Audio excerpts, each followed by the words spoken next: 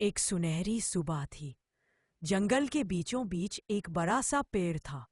उस पेड़ की ऊंची टहनी पर एक छोटा सा घोंसला बना था। उस घोंसले में रहती थी एक नन्ही सी चिड़िया जिसका नाम था चिन्नू, जो अपनी प्यारी माँ के साथ रहती थी। माँ रोज उसे उड़ना सिखाने की कोशिश करती, लेकिन चिन्नू को हमेशा थोड़ा डर लगता था। जब भी वो घोंसले के किनारे आती, उसका दिल जोर जोर से धड़कने लगता। एक दिन माँ मुस्कुराते हुए बोली, चिन्नू, हर पंख तभी मजबूत बनता है जब वो हवा से टकराता है। चिन्नू चुप रही।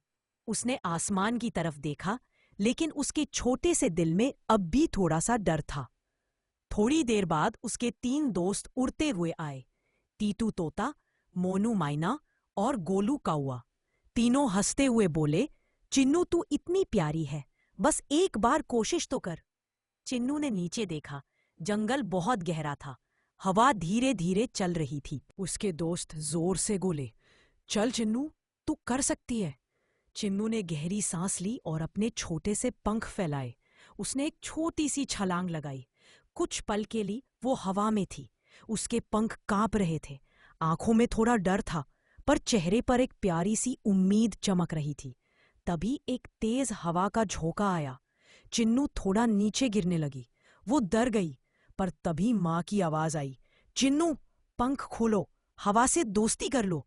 माँ की आवाज सुनते ही चिन्नू ने आंखें बंद की और अपने पंख फैला दिए। हवा ने उसे थाम लिया।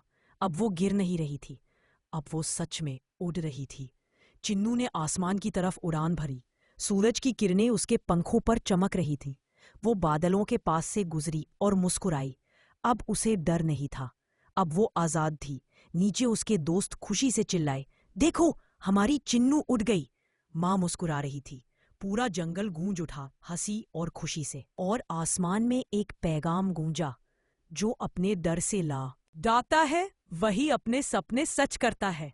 मोरल ऑफ द स्टोरी, डर से भागना नहीं, उसका सामना करना सीखो, तभी तुम अपने पंखों से आसमान छूगे।